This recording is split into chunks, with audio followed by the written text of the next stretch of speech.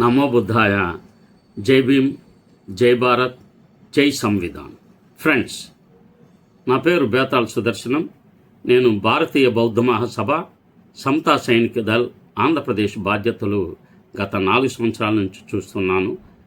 ఈ బాధ్యతల్ని వీలైనంత తొందరగా యువకులకు అప్పగించాలని చెప్పి నేను తీవ్రంగా ఆలోచిస్తున్నాను. ఎవరైనా ఈ సంస్థ బాధ్యతలను స్వీకరిస్తే నాకు దయచేసి తెలియచేయండి. ఈ విషయం ఈరోజు నేను ఈ బహుజన యుద్ధభేరి యూట్యూబ్ ఛానల్లో నేను మాట్లాడాలనుకున్న అంశము చాలా బౌద్ధానికి సంబంధించిన అంశము. ఈ అంశంపై అందరూ శ్రద్ధగా వింటారని చెప్పి నేను విజ్ఞప్తి చేస్తున్నాను. దేవుడు ఆత్మ కంటే మానవత్వమే మిన్న. సామాజిక తత్వవేత్తల సమరసింహం. భారతదేశానికి చెందిన మూలవాసులు దేవుడు, ఆత్మ, పునర్జన్మ, కర్మ సిద్ధాంతాలను నమ్మనంతకాలం పాలకులుగానే ఉన్నారు. ఎప్పుడైతే మత విశ్వాసాల బానిసత్వానికి దాసులయ్యారో అప్పటి నుండి పాలితులుగా మారారు. బీసీ, ఎస్సీ, ఎస్టీ, మైనార్టీలు నిరంతరం పాలితులుగా మారుస్తున్నది మత విశ్వాసాలే.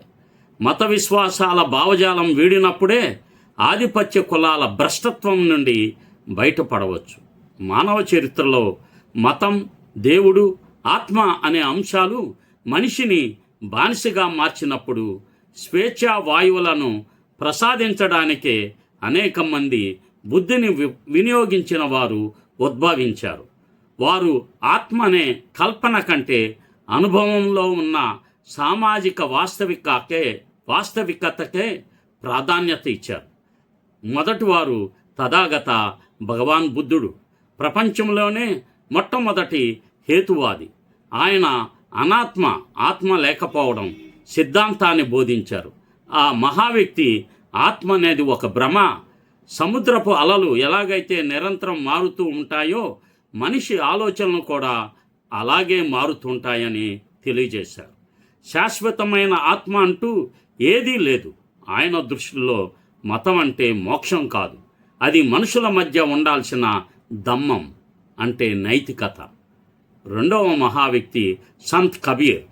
భక్తి ఉద్యమం కాలంలోనే కబీర్ విగ్రహారాధన, మూర్తి పూజను, ఆత్మ పరమాత్మ అనే వేదాంతాన్ని నిశ్చితంగా విమర్శించారు. దేవుడు గుడిలో లేడు, మసీదులో లేడు, నీ పక్కనున్న మనిషిలో ఉన్నాడు. మనిషిని ప్రేమించలేనివాడు దేవుణ్ణి ఎలా చేరుకుంటాడు? ఆయన కర్మకాండాలను వ్యతిరేకిస్తూ శ్రమను మరియు సమానత్వాన్ని గౌరవించారు. మూడవ మహావ్యక్తి రాష్ట్రపిత జ్యోతిరావు గోవిందరావు పూలే. ఆధిపత్య కులాల ఆధిపత్యాన్ని, పురాణాలను తీవ్రంగా వ్యతిరేకించిన మహావ్యక్తి. సత్యశోధక్ సమాజ్, సత్య అన్వేషక సమాజ్. ఆయన దేవుడి పేరుతో జరిగే దోపిడీని అడ్డుకోవడానికి నిర్మిక, సృష్టికర్త అనే భావనను తెచ్చారు. కానీ ప్రచారంలో ఉన్న విగ్రహారాధనను, అవతారాలను కొట్టిపారేశారు. పురోహితుడు లేని వివాహాలను ప్రోత్సహించారు. నాలుగవ వారు పెరియార్ ఈవి రామస్వామి నాయకర్. దక్షిణ భారతదేశంలో హేతువాదానికి పితామహుడుగా పెరియార్ గారిని పిలుస్తారు. ఆయన దేవుడు ఉనికిని అత్యంత తీవ్రంగా ఖండించారు. దేవుణ్ణి నమ్మేవాడు మూర్ఖుడు, దేవుణ్ణి ప్రచారం చేసేవాడు మోసగాడు, దేవుణ్ణి పూజించేవాడు అనాగరికుడు. పెరియార్ ఉద్దేశం దేవుణ్ణి తిట్టడం కాదు, దేవుడి పేరుతో సాగుతున్న కుల వివక్షను, ఆధిపత్య కులాల ఆధిపత్యాన్ని వేలతో సహా పెకిలించడం. ఐదవ వారు గురుదేవన్ నారాయణ గురు. కుల వ్యవస్థ అంటరానితనం మరియు మూఢనమ్మకాలపై ఆయన పోరాడారు. ఒకే కులం, ఒకే మతం, ఒకే దేవుడు అనేది ఆయన ప్రసిద్ధి నినాదం. సామాజిక మార్పు కోసం శ్రీ నారాయణ ధర్మ పరిపాలనా యోగం SNDP సంస్థను స్థాపించి విద్య మరియు సామాజిక సమానత్వం కోసం కృషి చేశారు. ఒకటే కులం, ఒకటే మతం, ఒక్కడే దేవుడు మనిషికి ఆయన దృష్టిలో దేవుడంటే మనిషిలోని మంచితనమే. ఆత్మ గురించిన చర్చల కంటే మనిషికి విద్య మరియు గౌరవం దక్కాలని ఆయన పోరాడారు. చివరిగా పరమ పూజ్య బోధిసత్వ డాక్టర్ బాబాసాహెబ్ అంబేద్కర్, హిందూ మతంలో దేవుడికి స్థానం ఉంది కానీ మనిషికి గౌరవం స్థానం లేదు అనే విమర్శ అక్షర సత్యం. దేవుడి కోసం మనిషి కాదు, మనిషి కోసమే మతం ఉండాలి. ఆత్మ ఎక్కడ ఉందో వెతకడం కంటే ఆకలితో ఉన్న మనిషికి అన్నం పెట్టడం, అణిచివేతకు గురవుతున్న వారికి అండగా నిలవడమే అసలైన ఆధ్యాత్మికత. భారతదేశంలో దేవుడు, ఆత్మ వంటి భావనలను తిరస్కరించి కేవలం భౌతికవాదం, మెటీరియలిజం మరియు హేతువాదం, రేషనలిజం ప్రాతిపదికన సామాజిక విప్లవాన్ని నడిపిన మహనీయులు మరొక కొందరున్నారు. వారిలో పూర్వీకులు చార్వాకులు. ప్రాచీన లోకాయుత సిద్ధాంతం భారతదేశంలో నాస్తికత్వానికి, హేతువాదానికి పునాది వేసింది చార్వాకులు. వీరు వేల ఏళ్ల క్రితమే దేవుడు, స్వర్గం, నరకం అనేవి అబద్ధాలని ప్రకటించారు. ప్రత్యక్షంగా కనిపించేదే నిజం, కంటికి కనిపించని ఆత్మకు ఉనికే లేదు, చనిపోయిన తర్వాత మనిషి మళ్ళీ పుట్టడు, కాబట్టి ఉన్నంతకాలం సుఖంగా నీతిగా బతకాలి. యజ్ఞయాగాదులు కేవలం పురోహితుల జీవనోపాధి కోసం కనిపెట్టనవని వీరు గట్టిగా వాదించారు. భగత్ సింగ్, భారత స్వాతంత్ర్య సమరయోధుల్లో భగత్ సింగ్ కేవలం విప్లవకారుడు మాత్రమే కాదు, గొప్ప మేధావి మరియు నాస్తికుడు. నేను నాస్తికుడిని ఎందుకు? జైల్లో ఉన్నప్పుడు ఆయన ఈ పుస్తకం రాశారు.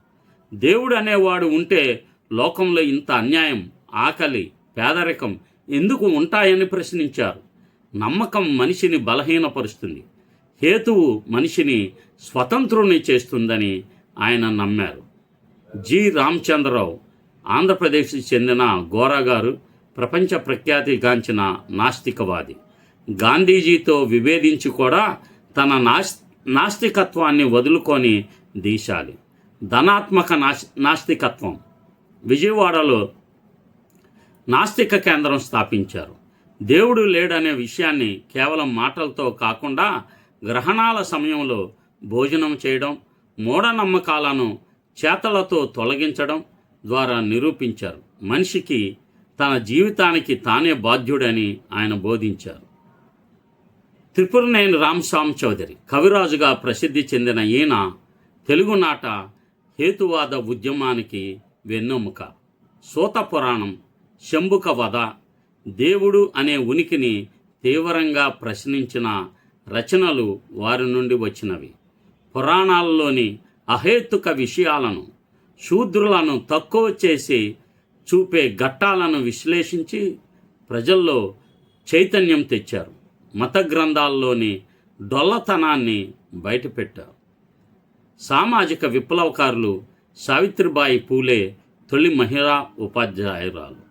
ఆమె మత గ్రంథాల్లోని అహేతుకతను ప్రశ్నించు విద్య ద్వారానే విముక్తి లభిస్తుందని నమ్మారు.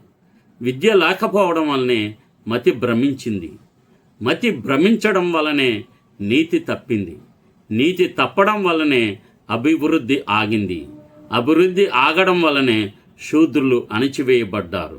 ఇదంతా అజ్ఞానం వల్లనే జరిగిందని తెలియజేశారు. రామ్ మనోహర్ లోహియా, సోషలిస్టు నాయకుడు.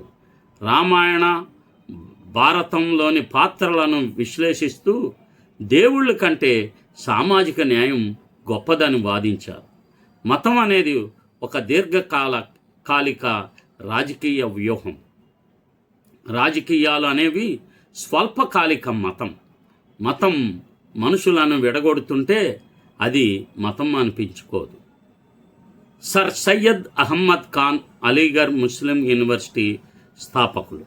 ముస్లిం సమాజంలో ఉన్న మూఢనమ్మకాలను ఆయన సైన్స్ ద్వారా ఎదిరించారు. ఖురాన్ దేవుని వాక్యమైతే ప్రకృతి దేవుని పని. ఈ రెండిటి మధ్య విరోధం ఉండకూడదు.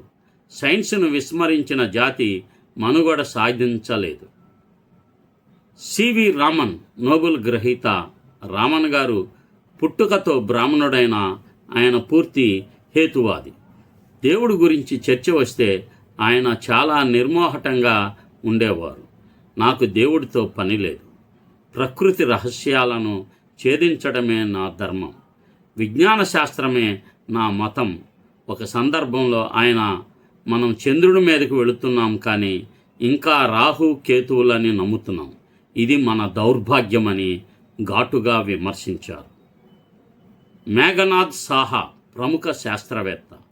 ఈయన వెనుకబడి తరగతి నుండి వచ్చి ఖగోళ భౌతిక శాస్త్రంలో ప్రపంచ ప్రఖ్యాతిగాంచారు. ఈయన గొప్ప నాస్తికుడు.